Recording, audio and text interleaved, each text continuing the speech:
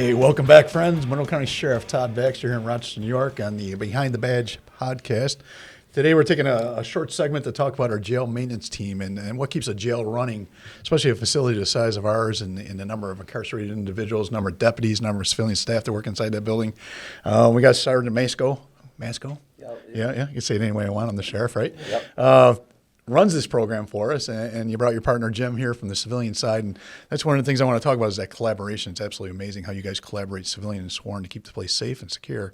But real quick, a little bit about yourself, and then we'll turn it over to Jim. Been here since 2005. Got the opportunity to take this position just over a year ago, and there's 13 of us all together. I got 8 civilian staff and 5 sworn, including myself. We cover, fire and safety. We got a security analyst, which love you that know position, about. right? And we also have a deputy assigned to maintenance, Deputy Sands. He works closely with the maintenance team and collaboration, clearing people, escorts, that kind of thing. Yeah. And then we have Deputy Mike Amico, who's our infamous IT guy. Brains of the operation. Oh, yeah. He gets pulled in every direction. He's amazing. That's awesome. And we, as you mentioned, we got a big staff. There's the picture, but most of them are civilian. Most of them come from with an expertise in maintenance, and in particular, then learning how to maintain a jail. Because I don't think there's a school for that, is there? No school. Jail maintenance school. No school. Learn on the fly. So, Jim, how about a little bit about yourself, buddy? All right, I've been with the county. I started part-time in '83 and did that until about April of '94, and I've been here ever since. Yeah. It's been a great run. I'm getting close to the end, but I've loved Time out with that. every year I've been here. Slow down. We'll leave together. How's that sound? I got 8 guys that I supervise under me, and they're a great crew. We get along really good, and we collaborate well together as far as any projects that go on. Right. We all work together in a great way. Yeah, and Sarge, you mentioned, there's a safety and security aspect here. The fire safety is an example. We got to make sure the sprinklers are working. We got to make sure there's exit and egress, for fire to get in and for people to get out. And there's water issues we constantly deal with. Water main breaks out front on Plymouth Avenue, and all of a sudden we got no water pressure inside the jail. Which, again, we got to get drinking water. But how are we going to flush the toilets, right? A day with no toilet flushing, 800 incarcerated individuals is going to turn into a real mess, no pun intended. This is where you guys jump in all the time. The collaboration between sworn and non-sworn is absolutely amazing. And I just wanted to emphasize that it's a team effort with the county. So we talked about security analysis, right? We also do that. We try and find gaps in security systems intentionally, proactively, so we don't have an accident. But as you see, this building is massive. There's just so much going on. There's 3 different parts of it. We got another jail out in Brighton. And why don't we just hit a couple of these? Besides that one, I think someone sent you a picture more of a joke that the toilet was running, but that's what you got to put up with cops. You're going to get that humor. But we got between the 3 buildings. So we have the older, obviously, mainframe, which is the old traditional jail everybody sees with the bars and all this stuff. Right. A lot of that building, we have to get creative. A lot of the parts they no longer make for that part of the jail. Everything's old from the 1960s. And then we're out the MSA that was built in the 90s, and then we got the towers. Towers were, 2001? Right. It's a massive, diverse set of buildings that were responsible. As you look through these pictures, I mean, what stands out with you? I mean, some of these projects are planned projects, the planned maintenance through a yearly training budget or whatever, but other things are just spur of the moment. I mean, stuff happens, and we can't shut the doors and turn the lights off.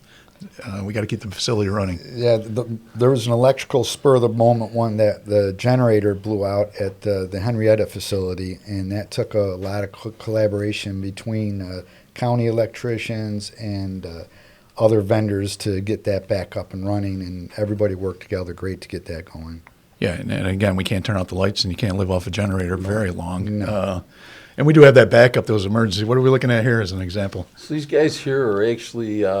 we're running a wire to put another monitor up so they could see from the lobby. They could monitor a few more cameras. Gotcha. So we had, I think, originally 8 camera angles. They wanted to go to 12. Just security and safety thing. See around the building, around the bend, down around the loop. specifically on the later shifts. You know, I love those things. And you're looking at a sworn deputy to be there for safety and security and give that input, but also the civilian staff. We can outsource that. We can contract it to someone else. It's going to be way more expensive, and they don't know the facility like you guys look at the back of your hands. You know, we're just throwing through some pictures here of safety and security. I see a lot of water flowing, and I mentioned water main breaks out front, which causes a nightmare for us. But, you know, water pressure is very important, you know, and to be able to fight fires inside the building and also, obviously, drinking water and plumbing. Some of our plumbing's real old. That was an emergency fix. As you can see, I believe that was on the main frame. We actually had to get asbestos abatement involved in this one before we could get on it. We had a leak. We threw a Band-Aid on it to get through till we could get Paradigm here to abate the asbestos and get that all safe working conditions. And then when we got in there and we found a couple of things, that's where we collaborated with Crosby Brownlee. And one of the things we've done is changed our way of thinking as when we look at it like, you know, let's fix the problem. Why did it happen? You know, sometimes, you know, this is obvious. It was age, kind of timed us out. And then what's the best course of action? Do we just stop here? This is one that we actually expanded the project. We went through the wall because it made sense. We saw another patch just feet away, and we're like, let's just take that out now so we can avoid a future, you know, disaster. Yeah, and be playing with asbestos again. I only want to play with it once. Yeah. We've done a few water main breaks. I think I'd like to highlight that a little bit too. Please. Of course. So, you know, we always talk about security analysts, and we always are looking at that part. So that part of the team actually bled into our maintenance side. Really? And one of the things that we've done is we've actually developed a emergency shutdown. So if we lose water in the mainframe due to a water main break on Fitzhugh Street, we're able to shut that off, and we developed a booklet that you can go through the valves, and we can backfeed that from the tower side, so we can keep everybody with water, which going. You know is very important. We can't just send people home. Right. No, that's amazing. That innovation rate there is amazing. Jimmy, you've been at this since 1983. That's the year I graduated. I just want to send that out there. But you could be working other places. What keeps you in a jail working? Why this facility? You could be, with your expertise, you could be working just about any place. What brought me here is basically doing the maintenance at the zones when I was going to high school. Okay. And that developed into me being introduced into the jail area, and a position just opened up, and I like working with my hands, and working for the county is great with benefits and stuff, and you can really look forward to a future of retirement and being kind of comfortable. So that's what brought me here and wanted me to stay here. But I love coming to work every day. It's a great job at working with people I like. You know, everybody treats everybody in a good way, so it's nice.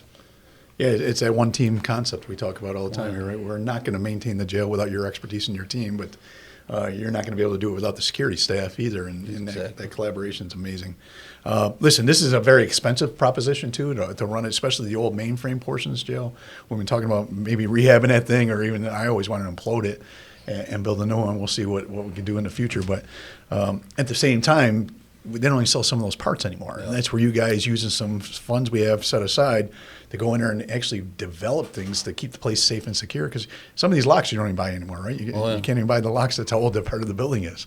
Yeah. And that's where you guys come in. It's fun to watch what you can do with a welder and a couple gadgets once in a while. We actually, there's some motors that operate the slider jail cells, and we found motors off of a totally different kind of system and are able to retrofit that into there. I love that. So it's all about, guys. Listen, I told you you're going to fly by. We're 2 minutes over on this podcast. I just wanted to introduce the public to what it takes to maintain a jail, and we've only scratched the surface. We can go for hours and hours and look at video after video. It sounds cliche, but a couple times a year we have a terrible opportunity in front of us if we don't jump on the maintenance of this building, and you guys do it every time. It's like the infantry unit coming on and fixing problems. It's pretty cool. And so I just want to say I appreciate you. We only scratched the surface of what you guys do, but I wanted to share it with the public of what it's like. And Sarge, just you're always innovative, you're always cutting edge. And Jim, thanks for your expertise. Appreciate it. And your whole team. You know, I know I can't have them all here, but appreciate you guys. Thanks for having us. Absolutely. Appreciate it. Until next week, folks, be safe, please.